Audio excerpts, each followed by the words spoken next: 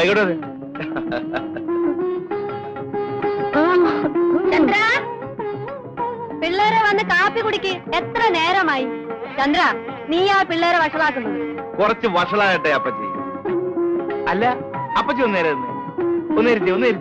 നീ പോടാ നിന്റെ പാട്ടിന്.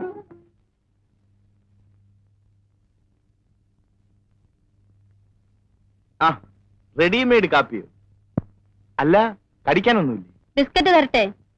എങ്കിൽ പിന്നെ കാപ്പി ഒരു മുലക്കുപ്പിയിൽ ഒഴിച്ചു കൊണ്ടുവരുന്നതാ നല്ലത്. നിന്റെ ഈ കുട്ടിക്കളി എന്നാ മാറുന്നത്?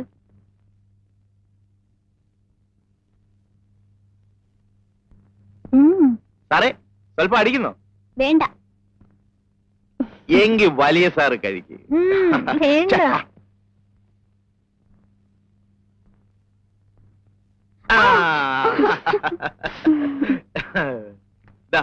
മമ്മിയുടെ കത്തുണ്ട്.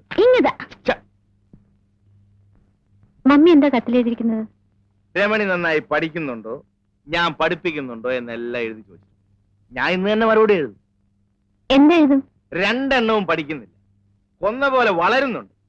രമണിക്കാണെങ്കിൽ കണ്ണിൽ കാണുന്ന ചവറ് നോവലുകളാണ് വേണ്ടത്. അതുകൊണ്ട് എത്രയും പെട്ടെന്ന് ഞാൻ പറയണമല്ലേ, ഇത്ര ചെറുപ്പത്തിലെ അത് കേട്ട് സൂഹിക്കട്ടെ. ഡാഡിക്കും മമ്മിക്കും നമ്മളെ ഇഷ്ടമേ അല്ല. അവർക്ക് ഇങ്ങോട്ട് വന്നാലെന്താ? അവരവിടെ കഴിയുന്നതേ സമ്പാദിക്കാനാ. അവരൊന്നും ഇങ്ങോട്ട് വന്ന് കിട്ടിയാൽ മതിയായിരുന്നു. ഈ തേങ്ങയുടെയും പിണ്ണാക്കിന്റെയും കണക്കെടുത്ത് നിർത്താമല്ലോ. ചന്ദ്രേട്ടനും ഞങ്ങളെ കൊണ്ട് ബുദ്ധിമുട്ടായോ? ആഹാ, മോള് പ്രായത്തിനൊത്ത ചോദ്യങ്ങൾ ചോദിച്ചാൽ മതി. ഇരുന്ന് പഠിക്കേ.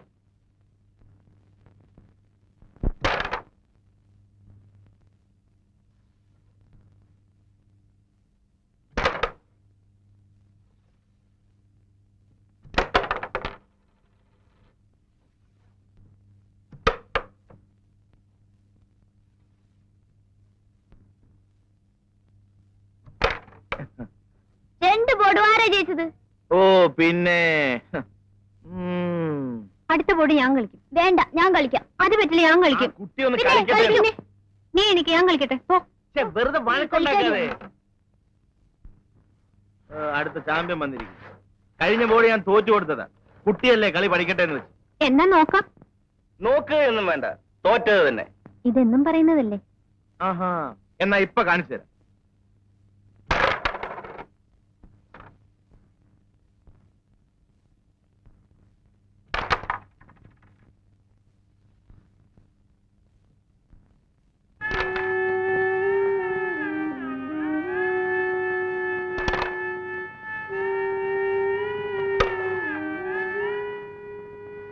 Come on, hurry up.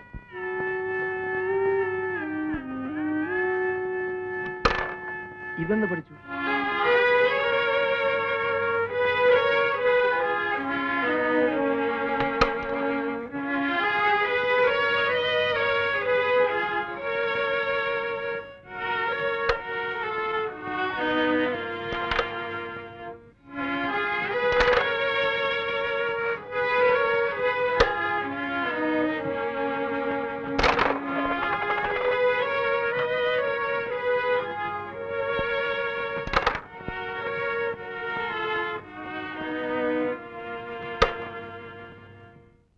ഇപ്പൊ ആരാ ജയിച്ചത്?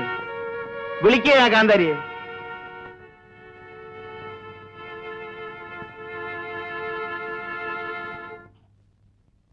എന്തിനാ എന്റെ കുട്ടി ഈ മഴയത്ത് നനയാൻ പോയത്? പോയി ഈറ മാറൂ.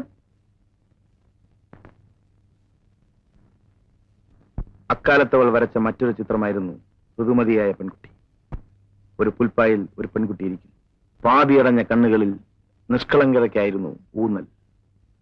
പക്ഷെ ചുണ്ടുകളുടെ കോണിൽ പതിയിരിക്കുന്ന നാണത്തിൽ പൊതിഞ്ഞ ചിരിയിൽ ഞാനും ഒരു പെണ്ണായി എന്ന ഭാവം.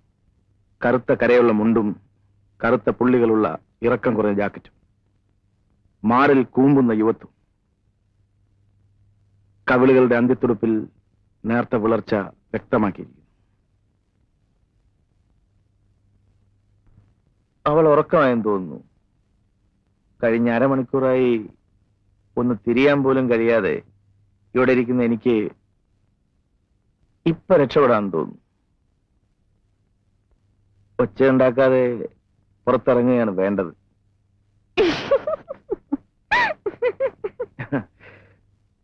അവൾ വന്നു, അടുത്തു ചേർന്ന് നിന്നു. മയങ്ങി ഉറങ്ങുന്ന പ്രപഞ്ചം, ദൂരെ രാത്രിയുടെ സംഗീതം. അവളുടെ ചുമലിൽ കൈവച്ചുകൊണ്ട് അടുത്തു ചേർത്ത് നിർത്തി. മതി ചേട്ടാ, സമയം ഒരുപാടായി, ഞാൻ ഇറങ്ങട്ടെ. വേണ്ട, കുറച്ചുകൂടി ഇരിക്കും ചേട്ടാ.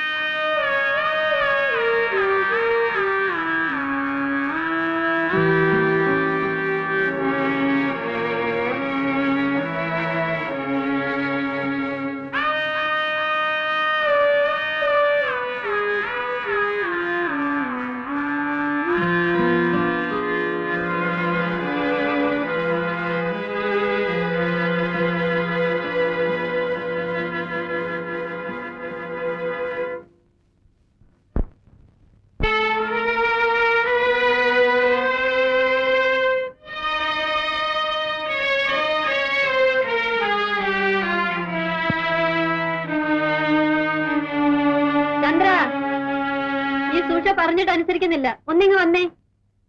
ഞാൻ പോട്ടെ.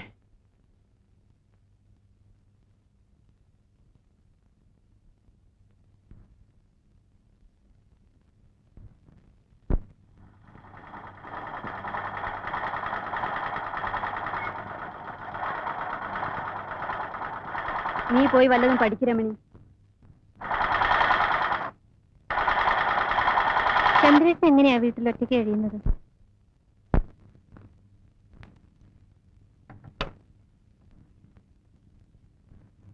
ചന്ദ്രേട്ടൻ എന്താ ഇനിയും കല്യാണം കഴിക്കാത്തത്? ആർക്കറിയാം. വല്യമാനും വല്യമ്മച്ചും മരിച്ചപ്പം മുതൽ അവൻ ഇങ്ങനെ താന്തോന്നിയായി നടക്കാൻ തുടങ്ങിയത്. നീ എന്തിനാ ഇപ്പൊ ഇതൊക്കെ അറിയുന്നത്? എഴുന്നേറ്റ് പോയി വല്ലതും പഠിക്കു വച്ചേ.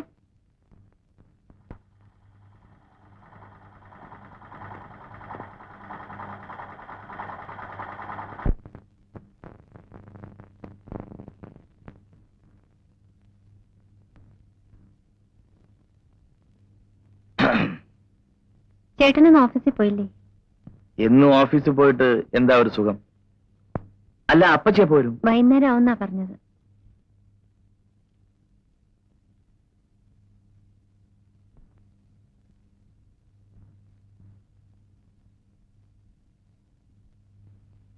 അയ്യടാ,